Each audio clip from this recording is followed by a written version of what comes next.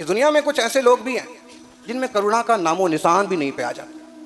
दुनिया में लोग ऐसे भी हैं जिनमें करुणा का बिंदु भी मुश्किल है, जिनके जीवन में करुणा, अहिंसा, दया जैसी चीज की उपलब्धि ढूंढना बहुत मुश्किल है।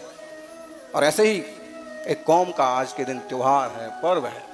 ऐसे पर्व कहो कि पाप कहो, जिसमें हजारों जानवरों की, लाखों जानवरों की हिंसा होगी, करोड़ों जानवरों को मौत के घाट उतार दिया जाता है, उसे त्योहार माना जाता है, खुशियां मनाई जाती हैं कि मातम मनाना चाहिए।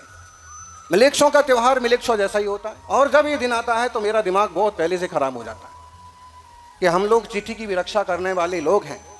हमारे देश में जहां जानबूझ के चींटी को भी नहीं मारा जाता है, अपनी रक्षा के लिए युद्ध हो जाएंगे, युद्ध कराएंगे, वो बात अलग है। देश की रक्षा के लिए सीमा पर लड़ाएंगे, औरों को मार आएंगे, वो बात भी अलग है।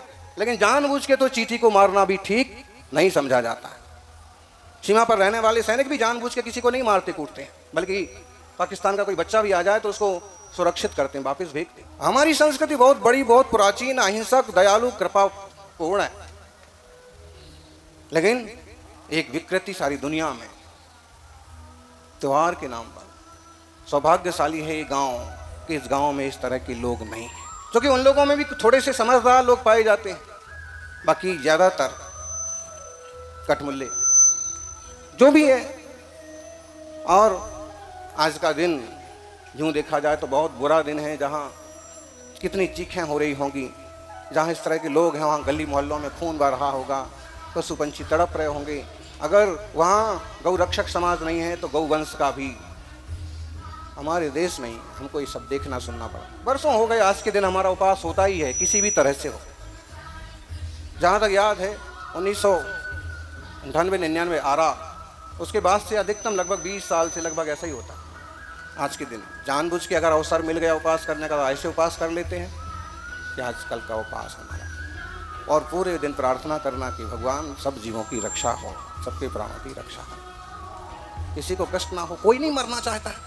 कुत्ते को डंडा मारो तो वो भी मार के कारण से भागता है, कोई तकलीफ नहीं चाहता है, कोई नहीं चाहता है। सांप और शेर भी क्यों ना हो, वो भी मौत नहीं मरना चाहते। कीड़े मकोड़े भी गर्मी में अगर त्रस्त हो जाते हैं, वो भी छाया ढूंढते हैं। सबके प्राण है, ब्रह्म है, आत्मा है। कहते हैं खेती करने वाले किसान से खेत में काम करते करता अगर किसी तरह के प्राणियों की, जीवों की हिंसा हो जाए तो उसे उतना पाप नहीं लगता जितना जानबूझ के जाल बिछा कर की मछलियां मारने बैठे हुए दुष्ट को पाप लगता। भले उसे एक भी ना मरे, एक भी ना पकड़ी जाए, क्योंकि किसान की भावना है अनाज पैदा करना, देश का पोषण करना, और उसकी भावना है जीवों को मारना, अपना पेट भरना।